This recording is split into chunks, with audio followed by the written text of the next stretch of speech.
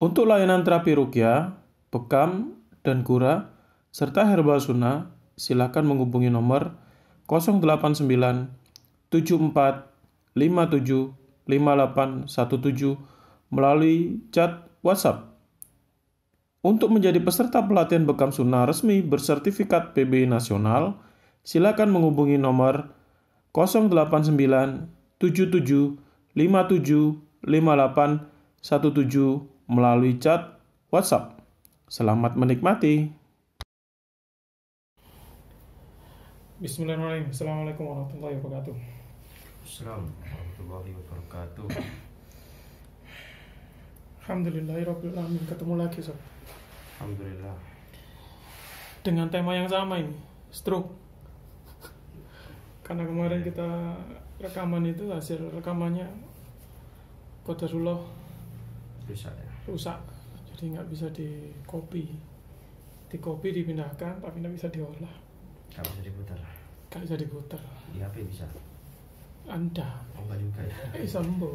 Rusak aja. Rusak. Kapok. Nggak mana. Santai. Ini kan banyak orang bermasalah dengan sakit berat ya. Sakit stroke ini kan. Iya. Sakit stroke yang mungkin bagi sebagian orang mungkin memahami ya secara medis saja tadi ya. Kebanyakan begitu. Jadi apa namanya, medisnya ya medis ya karena darah tinggi gitu. Ya. Padahal Betul. ada yang memasukkan sebagai ciri-ciri gangguan. Ya bisa dikatakan begitu. Ya, mungkin kalau dari terapis oke kan mungkin itu bagian dari ciri gangguan. Karena apa ya? Karena salah satu stroke itu kan yang saya ketahui kan penyumbatan ya. Penyumbatan di apa ya? Di saraf-saraf pembuluh darah kita ya.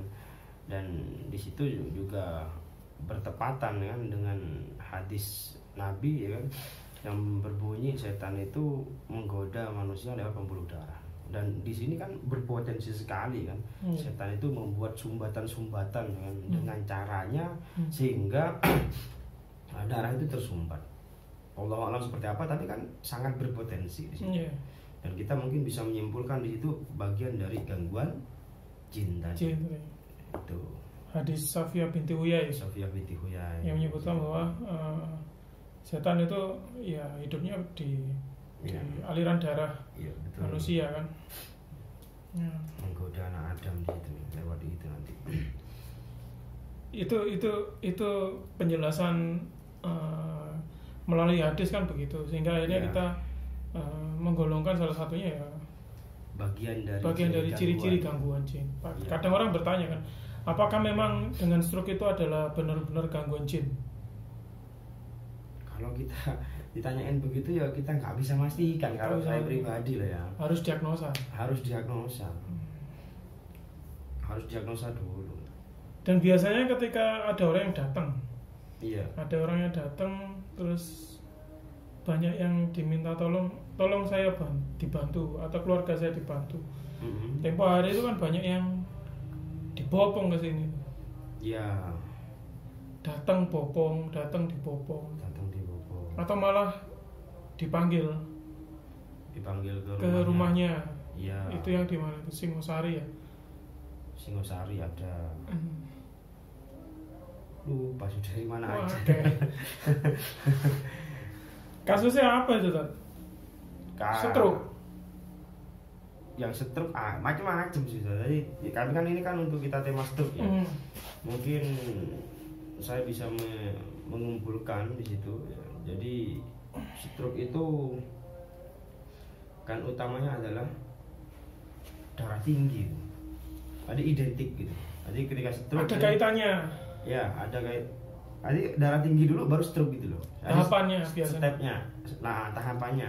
Jadi darah tinggi terus ceritanya dari orangnya. Nah, di situ kalau kita udah masuk ke darah tinggi pasti orang suka marah. Kalau diruntut itu. Iya. Pastinya pasti suka marah Bu. Emosional.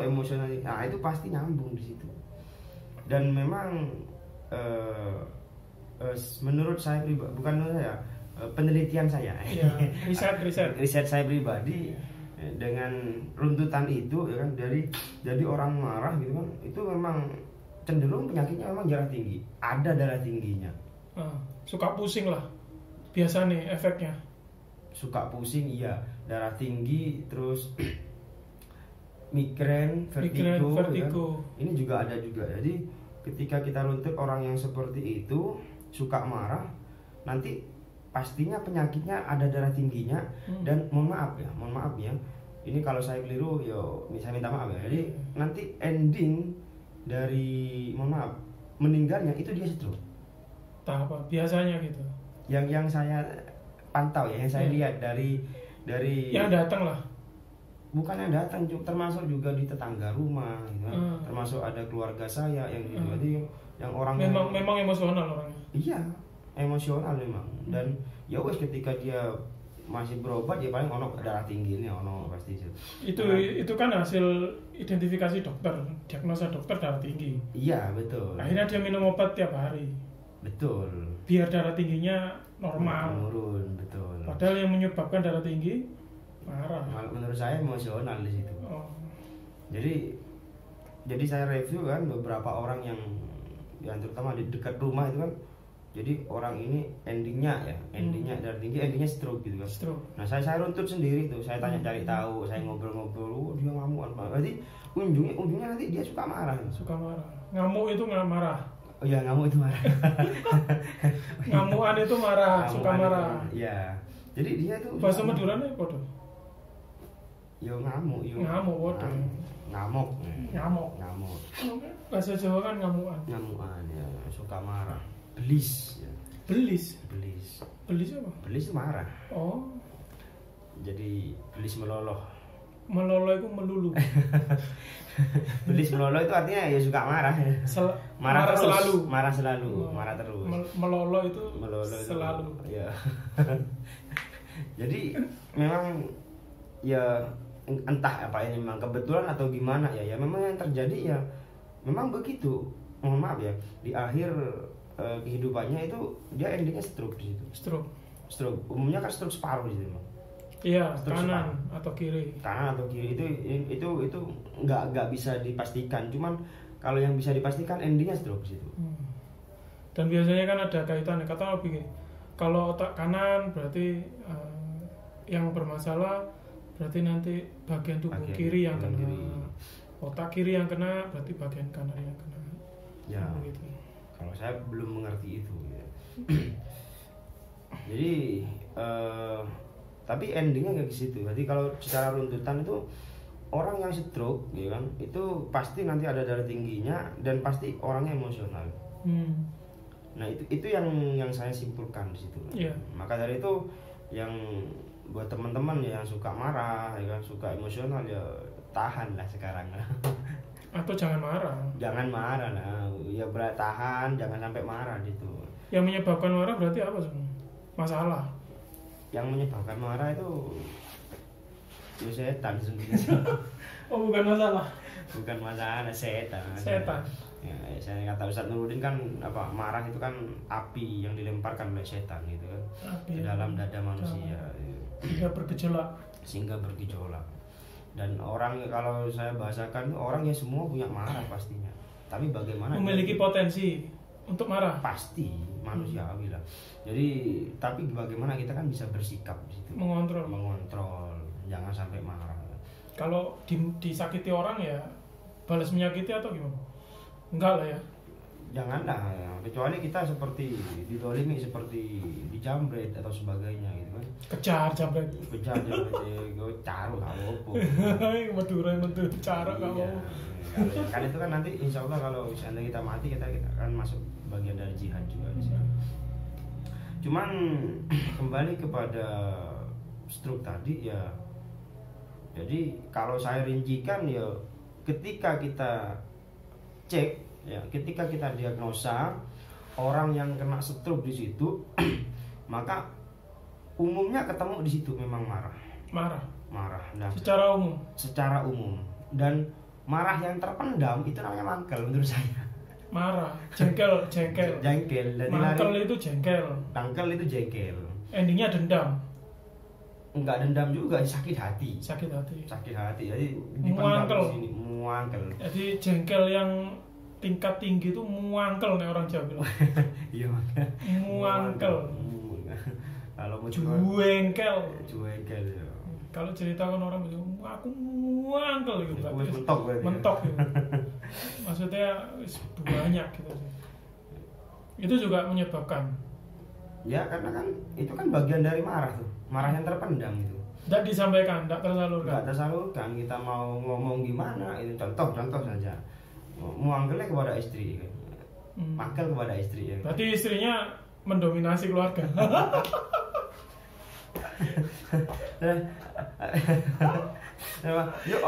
Mau mangkel sama istri gimana? Dikandani sudah, ya kan? Dikasih tahu sudah, ya kan? Diomongin sudah. Tapi saya begitu aja. Nggak ada perubahan. Nggak ada perubahan kan mangkel loh. Dia marah cuma diempet loh. Mangkel nanti. Ada nggak kerasan di rumah? Nggak kerasan di rumah, dampaknya.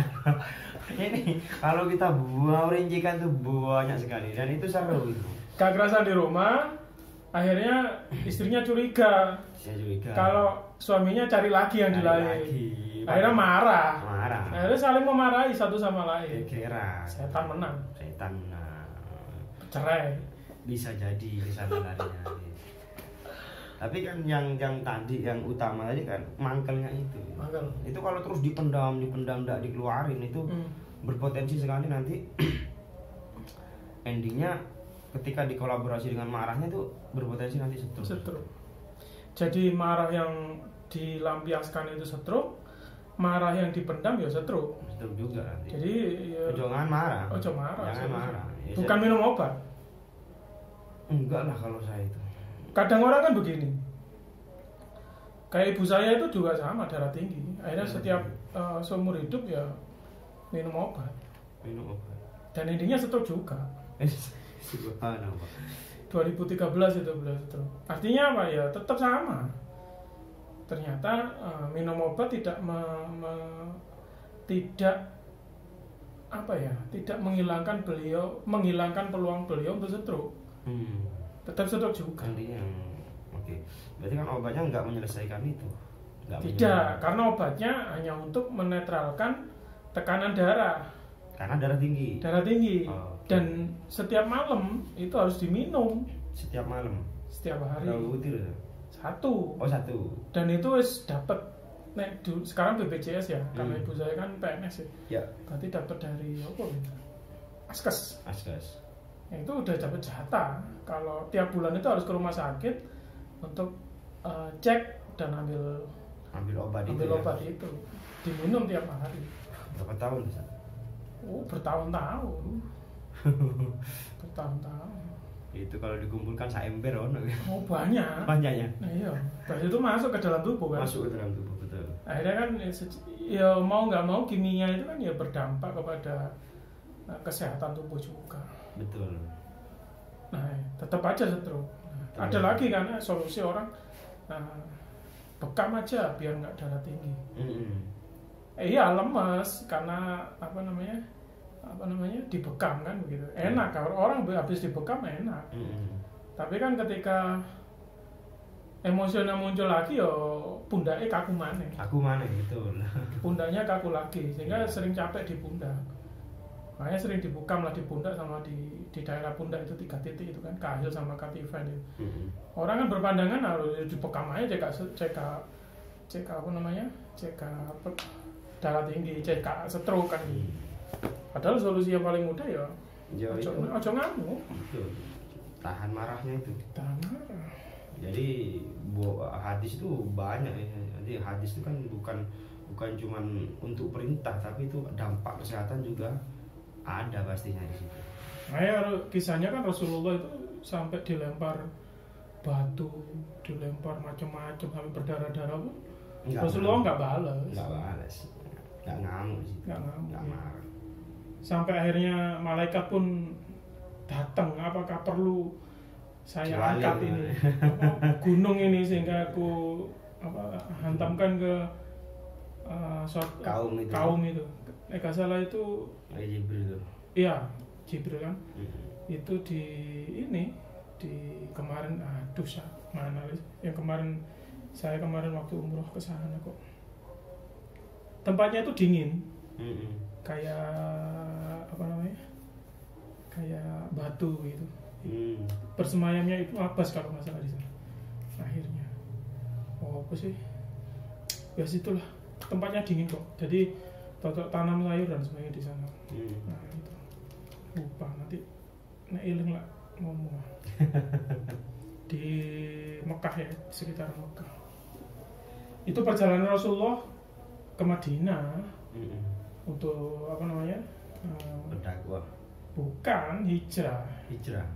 Dulu kan sebelum hijrah ke Yasrib, kabarnya di situ lebih bisa menerima. Ternyata masuk ke sana malah disambut dengan yang begitu. Akhirnya kan malah keluar dan akhirnya berjalan ke Yasrib dan akhirnya bergantilah nama Yasrib karena penerimaan yang baik menjadi Madinah. Apa sih tempat lali apa? Abi lali bisa. Iya. Nah, terus gimana Ustaz? Solusi yang luar biasa. Kalau sudah terlanjur stroke. Kan tadi kan solusi sebelum stroke, ojo nesu, ojo marah. Gimana caranya kita tidak membalas keburukannya dengan keburukan yang sama. Jadi kita tetap membalas dengan kebaikan. Sekarang kalau sudah terjadi stroke, ya, maka yang harus dilakukan adalah ya kita biasanya kan kita diagnosa di situ kan. Iya.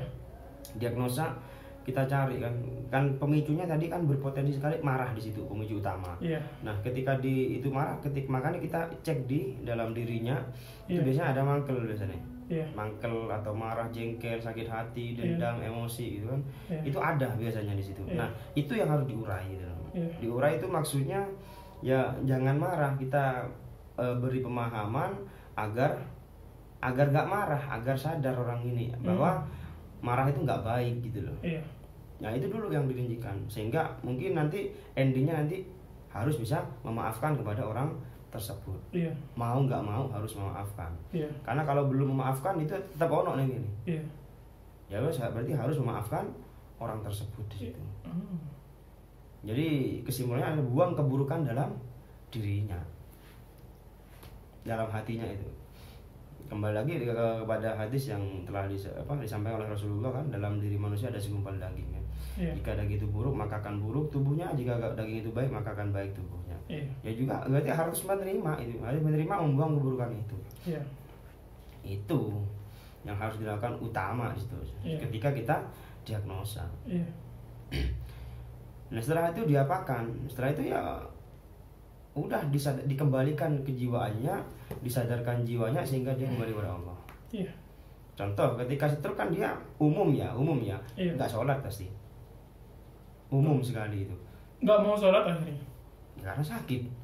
Oh dengan alasan sakit? Dengan alasan sakit dia nggak bisa gerak begini kan mungkin bisa jadi dia nggak ngerti gitu loh. Ya udah kita kasih pemahaman, tetap harus sholat Pak, tetap sholat Bu, meskipun berbaring, kita sampaikan pemahaman sehingga nanti puncaknya adalah jiwanya dia kembali kepada Allah.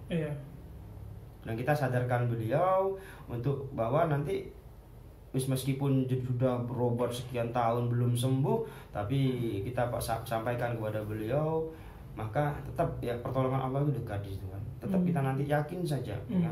Al-Qur'an juga akan menjadi syifa di situ. Nah, jadi dihidupkan lagi, diberi semangat ya kan, dimotivasi sehingga dia itu ada keinginan lagi, oh ya saya yakin sembuh nanti, saya akan sembuh sini. Jadi dimotivasi sehingga itu akan menjadi apa ya kalau menurut saya itu booster agar dia itu penyemangat untuk sembuh di situ. Jadi jangan kok maksud mati, jangan dilemahkan begitu. Jadi tetap disemangati. Nah lalu setelah itu diapakan? Diruqyah. Itu diruqyah tuh nanti variasi itu. Variasi. Ada yang setelah itu langsung bisa gerak, Sehari saat itu juga. Saat itu.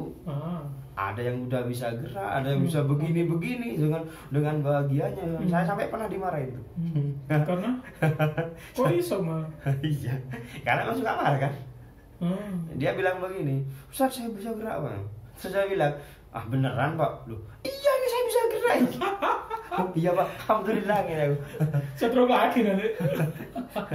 Dia rukyah baru 1 kali itu. Sekali langsung gerak. Ya, dan pas ketika rukyah itu kan dia itu mohon maaf seperti muntah-muntah gitu responnya ya. Seperti agak gak sadar dan muntah-muntah gitu. Gak sadar maksudnya?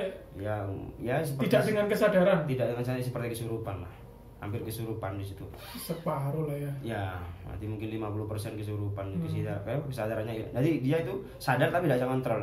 Tidak bisa kontrol dirinya. Ya. Dan pas waktu itu muntah-muntah. Muntah hebat. Muntah hebat. Padahal itu ya ada beberapa orang kan. Jadi ada kasus yang beda di Cakalang dulu kan. Jadi ada yang stroke, ada yang ini, ada yang itu gitu kan. Nanti bukan fokus ke situ. Kita bismillah aja gitu. Karena dulu dalam satu waktu itu bisa menangani berbanyak orang. Iya. Dulu skenario-nya begitu. Karena pengennya ya biar banyak orang yang mendapatkan manfaat. Betul. Tapi kalau kali ini skenario-nya satu jadwal ya. Satu orang. Private rukyah. Nah itu lebih efektif. Dikasih itu dingin wangi-wangi. Terus dikasih itu AC ya. Nah dingin di sini. Jadi ya alhamdulillah gitu loh maksudnya. Alhamdulillah ada perubahan gitu loh. Ketika kita urai keburukan dalam dirinya. Harus mau lah. Kalau gak mau yang ngeyel yo. Tapi ada yang ngeyel nggak? Kalau ada yang ngeyel ada lah itu. Banyak tadi? Banyak. Enggak banyak. Enggak. Lebih banyak yang mau dengerin. Atau karena mereka sudah ke dokter gak sembuh, terus ke dukun gak sembuh, endingnya ke sini wis pasrah wis pokoknya tak turuti pokoknya waras.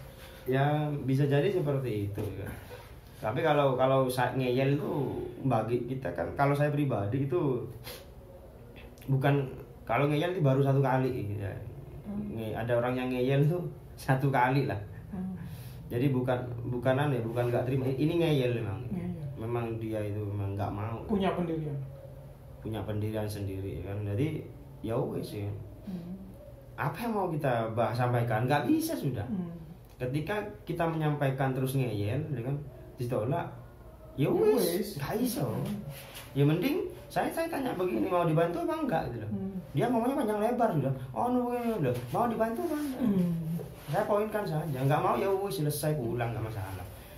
Jadi daripada kita capek-capek ngomong panjang lebar 2 jam terus habis itu ternyata nggak masuk lah, buang-buang waktu di situ. Jadi sebenarnya proses rukyah yang kita jalankan di sini itu sebenarnya bukan tiba-tiba selama 2 jam itu dibacakan ayat suci Al-Quran. Enggak. Tapi kan sebenarnya lebih banyak mendiagnosa.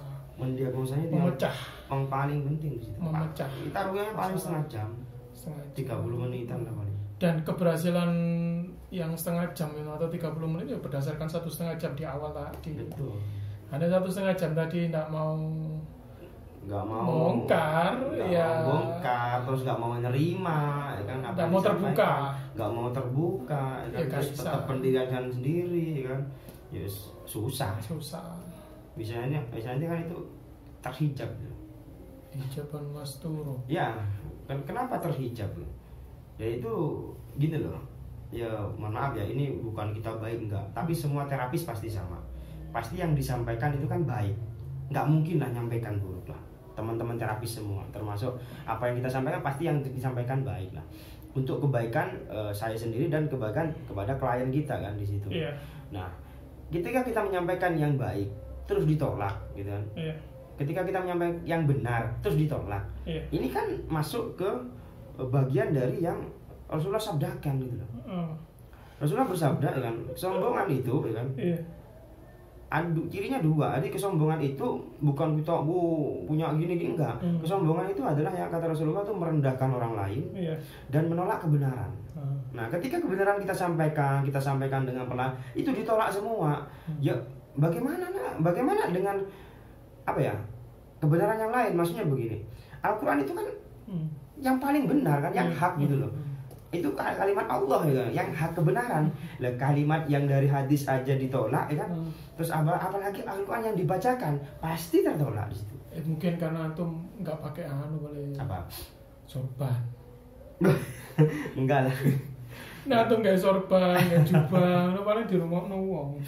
Nah ini guyon-guyon ya, artinya. Nggak maksudnya, itu berpotensi lagi. Jadi gini loh. Makanya ketika kalau mau ruqyah, maka yang pertama harus kita ya memang harus menyampaikan kan. Terus apa yang disampaikan itu insya Allah nggak ada, bukan sesuatu yang buruk lah. Iya, itu harusnya diterima dulu gitu loh. Oke.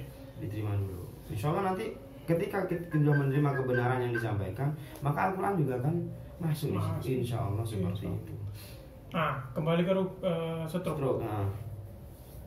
Berapa lama? Karena ada orang bertanya, berapa lama ruqyahnya kalau stroke?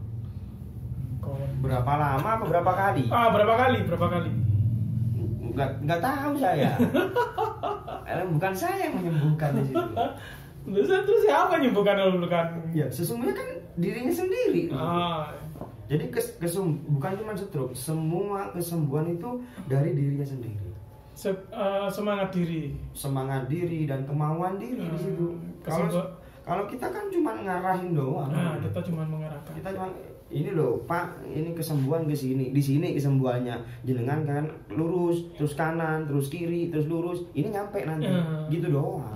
Kesembuhan bukan dari kita, Allah nanti yang ngasih tuh. Mungkin sebagai hadiah buat hambanya yang kembali kepadanya. Jadi sebenarnya berikhtiar saja, hasil mutlak nanti bukan kita. Allah. Terus kalau saya suka iseng gitu. Hati-hati loh, ini terapisnya iseng. Ya ini maksudnya saya balas dengan logika gitu. Iya. Karena orang kan banyak yang mohon maaf ya pakai logika. Iya. Jadi saya harus berapa kali ruqyah gitu. Saya harus berapa kali ruqyah sampai sembuh. Ya saya bilang aja tergantung kerusakannya gitu. Loh, stroke itu termasuk kerusakan yang berat. Kerusakan berat loh. Tergantung gitu. Kalau mobil berarti ganti onderdil itu. Ya kan? Nah, nggak bisa jalan ya. Turun mesin. Bukan turun mesin, ganti mesin. Ganti mesin itu. Cangkok mesin itu. Nggak bisa jalan. Ya saya nggak bisa. Ya udah saya pakai logika juga. Ya tergantung kerusakannya. Nah, ngomong-ngomong ganti kerusakan. Manusia kan nggak mungkin diganti kerusakannya pasti. Iya. Tadi kan ngomong masalah hati. Mungkin saya bisa masuk melalui fisik ya. Biasanya yang stroke itu orangnya gemuk atau kurus? Gemuk. Tapi juga ada yang kurus. Ada yang kurus. Sebenarnya kan begini, logika sederhana aja. Ototnya kan sudah melemah. Otomatis kan sudah tidak bisa menyangga lagi badan yang semula yang berat itu, sehingga solusi yang terbaik ya mengurangkan berat badan. Sehingga akhirnya bisa beraktivitas secara baik gitu dengan beban tubuh yang lebih ringan gitu. Ya akhirnya kadang-kadang ada yang bertanya sama saya, terus makannya apa? Saya jawab, ada pisang nggak di rumah? Atau di wilayahnya ada orang jual pisang nggak? Akhirnya orang tersebut ngomong, ada. Ya sudah, makan pisang aja. Nggak makan nasi. Makan pisang aja semua. Jadi pagi, siang, sore makan pisang. Bahkan kalau lapar ya makan pisang. Yang nggak boleh itu cuma pisang goreng, sama pisang coklat, pisang keju. Pokoknya pisang buah lah ya. Pisang buah ya. Kalau pisang dikukus boleh ya. Gak apa-apa. Tapi yang digoreng udah nggak boleh. Nah, ada yang ngengkel, masa cuma makan gitu aja? Saya tanya balik, tahu monyet? Iseng mana gitu? Tahu monyet nggak? Tahu. Makanannya apa? Pisang. Nah, pernah tahu monyet stroke nggak? Anda ya sudah berarti. Ya itu jawabannya. Ya Allah. Nah maksudnya begini, ini bukan hanya guyon sebenarnya, logikanya begini. Logika. Dalam pisang itu banyak sekali manfaat. mulai dari lemak, protein, karbohidrat, semuanya ada. Yang kita butuhkan dalam hidup itu ada semua di pisang. Cuman memang kandungannya tidak sebanyak ketika makan daging dan sebagainya. Nah, sehingga akhirnya itu bagus untuk diet. Jadi makan berapapun is oke, nggak masalah. Nanti pasti akan akan menurunkan berat badan. Saya sudah pernah melakukan itu 10 hari 10 kilo. Alhamdulillah. Nah, terus ibu saya juga sama. Ibu saya itu menurunkan berat badan dari 67 ke 42. Jadi hilang berapa? 25. Itu makan pisang 6 bulan. 6 bulan. Akhirnya setelah 6 bulan beliau bisa jalan, bisa kemana-mana sudah. Ya karena tadi ototnya tadi. Dan akhirnya setelah itu baru di kombinasi dengan ruqyah, bekam. Bagaimana kalau yang setel kurus itu? Hah? Yang setel kurus? Ya sudah, ya kalau sudah kurus ya berarti tidak apa-apa. Berarti itu anjuran kepada yang gemuk. Ya? Yang penting kan merehabilitasi biar tubuhnya tetap bergerak, imbang ya, tetap jalan, bisa nopang gitu maksudnya. Jadi sebenarnya apakah seorang stroke bisa diruqyah? Ya bisa, jawabannya kita kan begitu, Mas. Insya Allah bisa. Insya Allah bisa, karena ada kaitannya dengan marah, karena endingnya nanti stroke dan sebagainya. Nah, pun sama dengan bekam juga bisa mengatasi itu ada. Nah, ada kisah ruqyah yang berkaitan dengan stroke itu, ada ibu-ibu, coba cari sekitar 20 atau 30 video sebelum ini. Nah, itu coba cari kisah ruqyah pengobatan stroke tanpa obat.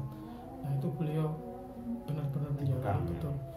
Tapi melalui bekam dan nasihat, stroke sederhana saja, ruqyah sederhana saja bisa sembuh. Apalagi kalau di ruqyah total, saya rasa itu luar biasa. Iya, tapi orang kadang nggak sabar. Nah, ya karena saya nggak sabar itu tadi stroke. Orang kadang nggak sabar, terus ya kok belum ada respon apa-apa ya? Subhanallah ya. Iya, pengennya mungkin bayangannya kurang sakti, padahal bukan masalah sakti atau tidak sakti. Iya. Betul ya? Iya, masalahnya hijab masuk apa enggak Al-Quran itu? Ke dalam dirinya. Ke dalam dirinya. Jadi kan dalam surat As-Saffat ya, dalam surat Al-Mu'minun sama surat Toha ya, yang menyebutkan bahwa sebenarnya Al-Quran itu menjadi syifa ya bagi siapa? Bagi orang yang beriman. Nah, kalau nggak beriman ya berarti ya kaiso. Nah, intinya begitu. Jadi ya perbaiki diri dulu. Sebenarnya apa yang disampaikan oleh Ustaz Taufik ini adalah nasihat-nasihat untuk mengarah kembali kepada Allah, kan begitu intinya. Aslinya memang sesungguhnya begitu sih. Simpelnya begitu. Nanti ketika orang itu lebih mendekat lagi, nanti Allah pasti kasih. Allah kan udah ngomong kan, barang siapa bertakwa kepada Allah, maka Allah akan berikan jalan keluar. Termasuk kesembuhan bagi yang sakit. Bukan cuma kesembuhan, banyak nanti jalan keluar itu. Makhraja itu kan banyak nanti. Jadi seperti itu. Tapi orang yang kadang ya karena saya menyimpulkan sendiri saja. Jadi ruqyah itu seiring dengan ketakwaan gitu. Kalau ini nggak takwa, nggak bisa. Kita berapa kali, 2 kali gitu. Dengan konteks di situ nggak takwa, bisa diruqyah kaiso. Ini juga ada, kita pernah meruqyah Hindu. Orang Hindu. Oh, yang dari Bali itu. Dari Bali. Itu saya kesimpulan saya di situ betul memang Al-Qur'an itu Qul huwal ladzina amanu hudan wa shifa. Jadi Al-Qur'an itu akan menjadi syifa bagi orang yang beriman saja. Nah, orang Hindu itu datang ke sini atas rekomendasi calon suami. Jadi ada ipar di situ. Itu nyaranin untuk ruqyah karena ada sakit yang tidak wajar. Nah, setelah itu ya udah nyampe sini kan saya kaget gitu. Loh, iki kok mati ruqyah kok gak kerudungan gitu. Gak jilbaban terus tidak menutup aurat. Enggak menutup aurat. Iya Allah. Saya enggak tahu kalau Hindu gitu kan. Tapi kan ya bisa jadi kan belum paham kan. Ya, saya ya diam aja saya. Karena orang pengennya sembuh. Ternyata dia ketemu Hindu. Ya saya sampaikan di situ. Ya dengan pemahaman kita, dengan perlahan, dan beliau menerima itu. menerima, dia nggak masalah dengan apa yang saya sampaikan ya. Ya udah, terus habis itu dengan keluhan dia, ya saya sampaikan begini dan begitu. Akhirnya endingnya kan rugi. Betul, saya rugi itu. Saya hantam itu. Respon iya. Respon kayak gimana? Responnya dia tuh dalam dirinya tuh seperti gejolak gitu loh. Ada. Jadi gejolak, panas semuanya itu ada semua dalam dirinya. Terasa. Jadi dia tuh ketika dibacakan begitu doang. Tapi ya kembali lagi, karena dia tidak amanu, Al-Qur'an itu tidak menjadi syifa. Enggak menyembuhkan sampai akhir ruqyah. Dia cuman gitu-gitu doang. Enggak sampai. Enggak ada yang mengeluarkan, enggak ada yang merasa lebih baik, enggak ada. Dia cuma setelah itu dia lemes semua. Jadi di situ saya menyimpulkan memang ketika itu ya kan beliau Hindu ya, otomatis kan nggak beriman di situ, nggak ada rukun iman. Ya yang Al-Quran itu kena berdampak, cuman tidak menjadi sifat. Tidak menjadi sifat. Itu saya ini berarti ini bagus ini. Nah saya iseng lagi ya kan, saya iseng lagi ini berarti senang iseng. Ya kan tutorial. Jadi berarti kalau Al-Quran nggak bisa masuk, saya ambil herbal. Herbal. Apa herbalnya? Apa itu sauda? Apa? Tak buka, tak kecerotin mulut, tak kasih ke mulutnya. Dia telan. Muntah langsung setelah. Langsung. Karena sunnah. Dan itu nggak ono ada apa? Herbal itu untuk beriman enggak ada di situ. Itu kan untuk global berarti. Jadi ketika dikonsumsikan meskipun iman nggak beriman kena. Ketika dikasih herbal muntah dia. Dan setelah itu dia merasa badannya membaik, enteng. Alhamdulillah. Nah di situ kan ini berarti kan memang betul untuk orang yang beriman. Nah ini adalah kisah tentang stroke. Kita akan lanjut dengan kisah-kisah yang lainnya dan semoga ini menjadi masukan buat kita semua. Barakallahu fikum, matur nuwun sangat. Assalamualaikum warahmatullahi wabarakatuh. Waalaikumsalam warahmatullahi wabarakatuh. Kita jumpa di video yang lain. Insyaallah.